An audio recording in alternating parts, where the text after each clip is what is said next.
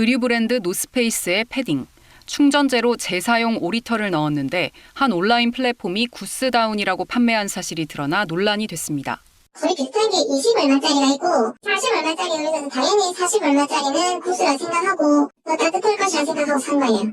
거위털 빠진 구스다운, 특정 브랜드의 표기 실수만은 아니었습니다. 한국소비자원이 W컨셉, 무신사, 에이블리, 지그재그 등 주요 온라인 패션 플랫폼 4곳에서 판매한 구스다운 패딩 24개를 조사해봤습니다. 구스다운은 거위털 함량이 80%를 넘어야 하는데 7개 제품은 이 기준치를 크게 밑돌았습니다. 거위털 함량이 6% 수준인데도 제품엔 버젓이 구스다운이라고 표기한 경우도 있었습니다. 제품엔 오리털이 들어갔다고 제대로 표시했지만 온라인에선 거위털 제품으로 팔기도 했습니다. 문제는 소비자가 구스다운이 맞는지 직접 확인하기 어렵다는 겁니다. 현미경으로 일일이 하나씩 분류해서 하는 검증법을 하고 있습니다. 당연히 일반 소비자분이 사용한 제품에 대해서 뜯어서 보실 수는 어렵고요. 패션 플랫폼에서 이런 제품 정보나 이런 걸 올리실 때 조금 더 확인하는. 패션 플랫폼들은 문제가 된 제품들의 판매를 중단하고 상품 관리 감독 체계를 더욱 강화하겠다고 밝혔습니다. KBS 뉴스 김채린입니다. 보통 치킨 주문 단위는 한 마리, 반 마리 등 마리입니다. 서로 다른 브랜드 후라이드 치킨을 각각 한 마리씩 주문해 무게를 측정해봤습니다. 한 곳은 약 718g, 또 다른 곳은 약 1030g 정도입니다. 같은 한 마리라도 300g 넘게 중량 차이가 나는 겁니다.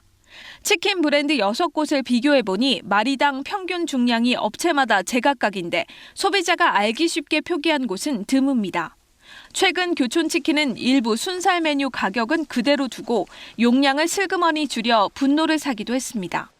그냥 너무 비싸지고 있구나. 그냥 약간 소비자를 생각 안 하고 그냥 이제 자기 기업들만 생각하고 있구나라는.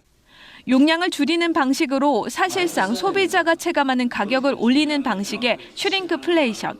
이를 막기 위해 오는 15일부터는 치킨의 조리 전 중량을 메뉴판에 표기하는 게 의무화됩니다. 그램으로 표시하거나 한 마리 단위로 조리하는 걸 고려해 호 단위로도 표기할 수 있습니다. 가격에 대한 정보만 소비자한테 알려졌기 때문에 정보 비대치 상황이었습니다. 이제는 소비자들이 중량도 확인할 수 있어서 합리적인 선택을 할 수 있는 가능성이 높습니다. 치킨 10대 프랜차이즈 소속 12,000여 곳에 우선 도입합니다. 다만 가격이나 중량 변동 등에 대한 고지는 자율에 맡기기로 했습니다. KBS 뉴스 김민경입니다.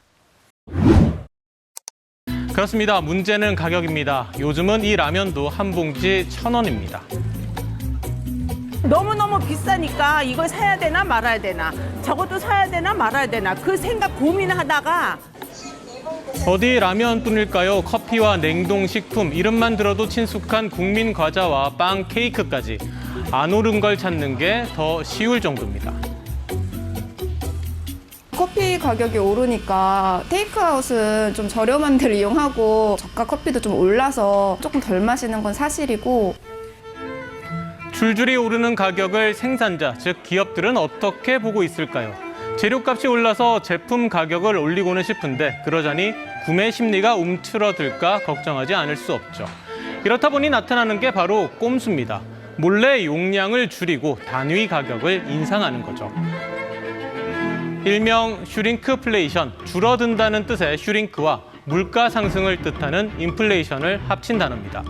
대부분의 소비자가 가격 인상엔 민감하지만 용량 차이는 잘 보지 않는 인지 편향을 이용한 겁니다.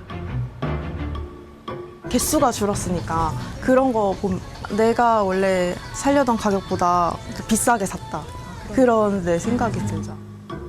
한국소비자원은 지난해 4분기 실태조사를 통해 이 같은 꼼수를 쓴 국내 상품 4가지, 해외 5가지, 총 9개를 확인했다고 밝혔습니다. 국내 제조 상품 중 제주 감귤 초콜릿은 용량을 14%, 수입산 위토스 골든 초콜릿은 20%나 줄였습니다. 그런데 이 같은 꼼수, 알게 모르게 우리 일상에 파고든 건 꽤 오래 전부터입니다. 질소를 샀더니 과자가 딸려왔다. 봉지만 빵빵하고 내용물은 실속 없는 이른바 질소 과자도 1997년 외환 위기 때부터 등장했습니다. 저희는 국내 과자업체에 대한 그 소비자 중심적인 사고를 가졌으면 좋겠다는 메시지를 전달하기 위해서 10여 년 전에는 이런 업계의 상술에 불만을 품은 대학생들이 질소 과자로 뗏목을 만들어 한강을 건너기도 했는데요. 잘 모르는 채 당해서 알고 나면 더 기분 나쁜 슈링크플레이션. 상품을 살 때 전체 가격보다는 단위당 가격을 확인하고 제품 겉면의 용량을 꼼꼼히 따져봐야 합니다. 슈링크플레이션, 이젠 잘 아시죠? 가격은 그대로인데 제품의 양을 줄인 판매 방식을 말합니다. 같은 양과 비교하면 더 비싼 값을 치르는 꼼수 인상인 셈이죠. 자, 말없이 용량을 줄였으니 소비자가 이를 알기는 어렵죠. 자, 그래서 화난다, 기만행위다, 비판이 끊이질 않았는데 공정거래위원회가 칼을 빼들었습니다. 각종 생필품 제조사들은 3개월 뒤인 8월 3일부터 용량을 줄이면 이를 의무적으로 알려야 합니다. 자, 이제 소비자들 몰래 핫도그 하나 빼고 같은 가격에 파는 행위는 불가능하다, 이런 얘기죠. 대상 품목 모두 119개입니다. 햄, 우유, 설탕, 참치캔 같은 가공식품, 그리고 샴푸, 비누, 반려동물 사료 같은 생활용품까지 포함됐습니다. 자, 어떻게 확인할 수 있을까요? 제조사들은 제품의 포장이나 홈페이지, 판매 장소 세 곳 중 한 곳에 3개월 이상 무조건 알려야 합니다. 자, 이를 위반하면 과태료 부과 대상이 되는데요. 다만 예외도 있습니다. 용량 변동 비율이 5% 이하인 경우, 그리고 용량과 가격을 동시에 내린 경우는 고지하지 않아도 됩니다. 고지 의무를 1차로 위반했을 때는 과태료 500만 원, 2차로 위반하면 1000만 원에 처해질 수 있습니다. 대상 품목 제조사들이 소비자에게 알리지 않고 용량을 축소하는 행위를 부당한 소비자 거래 행위로 지정하기로 했습니다. 공정위는 또 소비자원 참가격 사이트를 통해서 슈링크플레이션 정보를 상시로 확인할 수 있도록 개편한다는 계획도 이미 밝혔죠. 자, 투명한 정보와 꼼꼼한 감시로 소비자들 물가 부담이 줄어들길 기대해 보겠습니다. 지금까지 앵커 브리핑이었습니다.